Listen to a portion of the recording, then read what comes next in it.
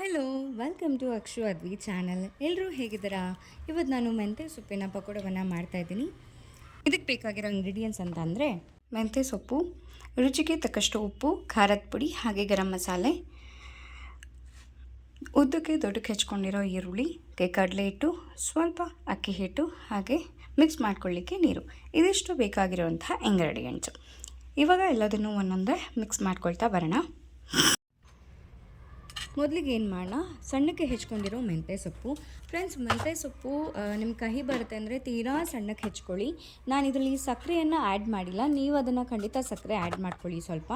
ಹಾಗೆ ಇದಕ್ಕೆ ಉದ್ದಕ್ಕೆ ಹೆಚ್ಕೊಂಡಿರುವಂತಹ ಈರುಳ್ಳಿ, ಅಕ್ಕಿ ಹಿಟ್ಟು, ಕಡಲೆ ಹಿಟ್ಟು, ಗರಂ ಮಸಾಲೆ, ಖಾರದ ಪುಡಿ, ಹಾಗೆ ರುಚಿಗೆ ತಕ್ಕಷ್ಟು ಉಪ್ಪನ್ನು ಹಾಕ್ಕೊಂಡು ಸ್ವಲ್ಪನೇ ನೀರು ಸೇರಿಸ್ಕೊಂಡು ನೀವು ಆ್ಯಡ್ ಮಾಡ್ಕೊಳ್ತಾ ಬನ್ನಿ.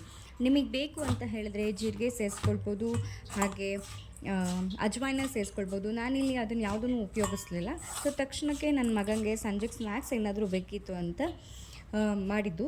ಸೊ ಹಾಗಾಗಿ ನೀವು ಏನು ಬೇಕೋ ಅದನ್ನು ಆ್ಯಡ್ ಮಾಡ್ಕೊಳ್ಳಿ. ಹಾಗೆ ಸ್ವಲ್ಪ ಬಿಸಿ ಮಾಡಿದಂತಹ ಎಣ್ಣೆ ಕಾಯಿಸಿದ್ದು ಏನಿರುತ್ತೆ, ಒಂದು ಸ್ವಲ್ಪ ಬಿಸಿ ಎಣ್ಣೆಯನ್ನು ನಾನು ಕೂಡ ಹಾಕ್ಕೊಳ್ತೀನಿ. ಅದನ್ನು ನೀವು ಕೂಡ ಆ್ಯಡ್ ಮಾಡ್ಕೊಳ್ಳಿ. ಗರಿಯಾಗಿ ಕ್ರಿಸ್ಪಿಯಾಗಿ ಬರುತ್ತೆ. ಹಾಗೆ ನೀಟಾಗಿ ಚೆನ್ನಾಗಿ ಕಲಿಸ್ಕೊಂಡು ಪಕೋಡ ಹದಕ್ಕೆ ಕಲಿಸ್ಕೊಂಡು ನೀವು ಹಿಟ್ಟನ್ನು ರೆಡಿ ಮಾಡಿ ಇಟ್ಕೊಳ್ಳಿ. ನಾನು ಮೊದಲೇ ಹೇಳ್ದಂಗೆ ನಿಮಗೆ ಸುಮಾರಷ್ಟು ಆಪ್ಷನಲ್ ಇದೆ. ಸೊ ಯಾವುದು ಬೇಕು, ಖಾರಕ್ಕೆ ಏನು ಬೇಕು, ಹಸಿಮೆಣಸು ಕೂಡ ಆ್ಯಡ್ ಮಾಡ್ಕೋಬೋದು. ನಾನು ಹಸಿಮೆಣಸು ಆ್ಯಡ್ ಮಾಡ್ಕೊಂಡಿಲ್ಲ.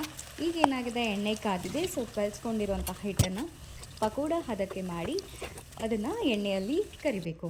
ಹಾಗೆ ಬ್ರೌನ್ ಕಲರ್ ಬರೋವರೆಗೂ ಅದನ್ನು ಕರೆದು ಇಟ್ಕೊಂಡ್ರೆ ನಿಮಗೆ ಮೆಂತ್ಯ ಸೊಪ್ಪಿನ pakoda ready to eat. Guys, ನಾನು ಮೊದಲೇ ಹೇಳ್ದಂಗೆ ನೀವು ಸಕ್ಕರೆನ ಆ್ಯಡ್ ಮಾಡ್ಕೊಳ್ಳಿ. ಸ್ವಲ್ಪ ಕಹಿ ಬಂದೇ ಬರುತ್ತೆ, ಮೆಂತ್ಯ ಸೊಪ್ಪಲ್ವ. ಸೊ ತಿನ್ನೋಕ್ಕೆ ಮಾತ್ರ ತುಂಬ ಟೇಸ್ಟಿಯಾಗಿರುತ್ತೆ. ನನಗಂತೂ ಸಖತ್ ಖುಷಿ ಕೊಡ್ತು. ಸಾಸ್ ಜೊತೆ ತಿಂತಾಯಿದ್ರೆ ಸೂಪರಾಗಿರುತ್ತೆ ಗೈಸ್, ತುಂಬ ಚೆನ್ನಾಗಿರುತ್ತೆ. ಸೊ ನೀವು ಕೂಡ ಟ್ರೈ ಮಾಡಿ, ಹೇಗಿದೆ ಅಂತ ಹೇಳಿ. ಲೈಕ್ ಮಾಡಿ, ಸಬ್ಸ್ಕ್ರೈಬ್ ಮಾಡಿ, ಹಾಗೆ ಶೇರ್ ಮಾಡಿ. ನಿಮ್ಮ ಒಂದು ಲೈಕ್ ನಮಗೆ ತುಂಬ ಖುಷಿ ಕೊಡುತ್ತೆ. Thank you so much.